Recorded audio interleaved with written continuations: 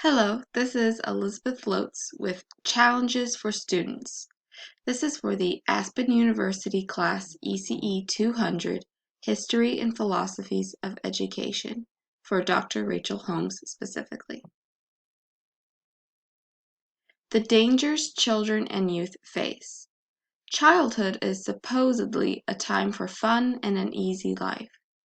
Unfortunately, it is riddled with challenges that too many children face at periods or constantly in their life. From personal conflict to family problems, all children must face some form of danger in their life. Firstly is child abuse. One danger some children face is abuse.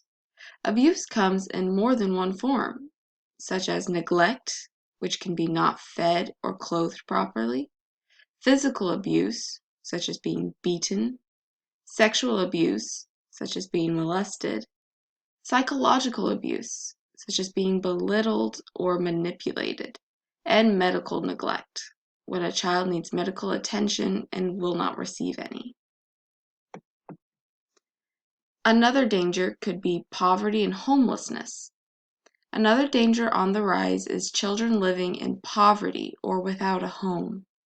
Nearly 11 million children are living in poverty in America, counting as 1/3 the poverty population.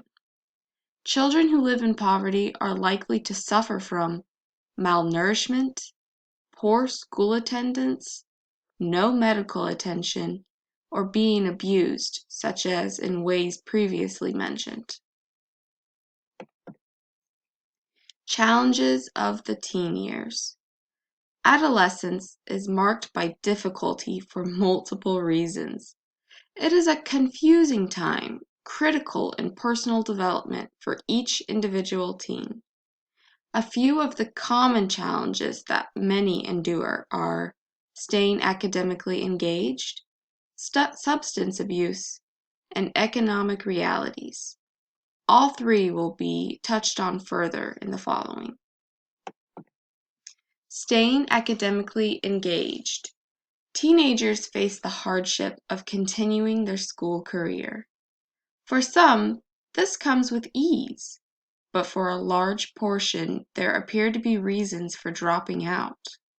Ninth grade, or freshman year, is the most critical time for deciding to stay in school or drop out. Some are discouraged by their grades, others by the influence of drugs, and some by the lack of resources that keep them actively learning.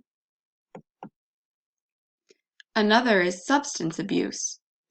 In America, underage drinking and many drugs are illegal, but that does not completely stop the problem. Teens turn to drugs for various reasons: peer pressure, self-hate, poor role models, and more. Alcohol is the worst of it, being the most commonly used and abused drug by teens.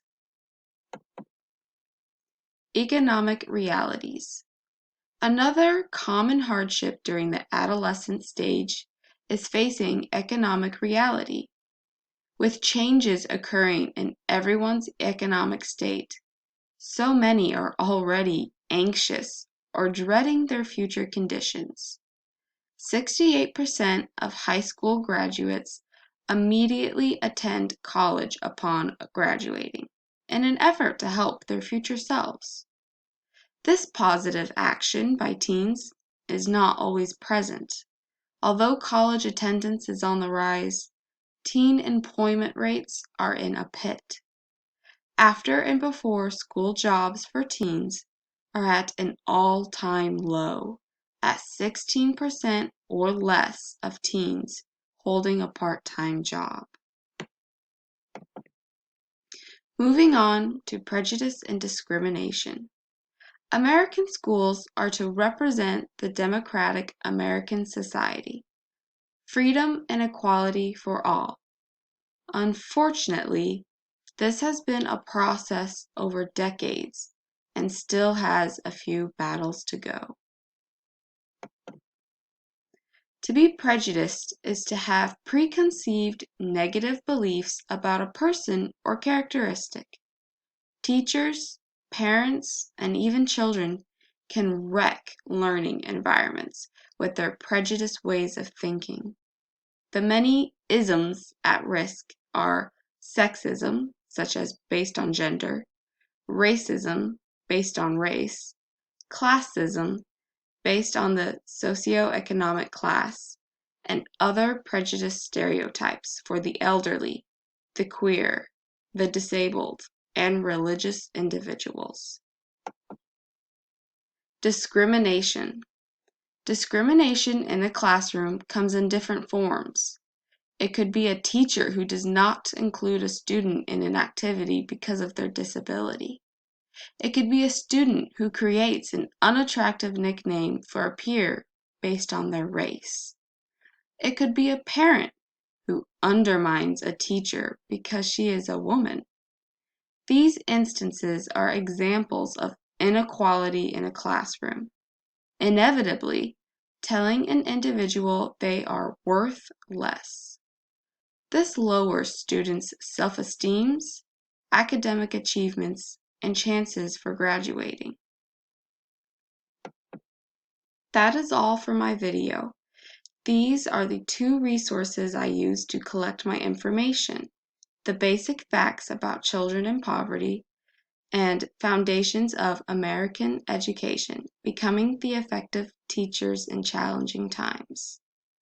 Thank you for watching this video. I hope you learned something from it and could hear my voice clearly, even though I may have stuttered a few times. Thank you for your patience, and I hope you had a great takeaway and were able to change your future classrooms.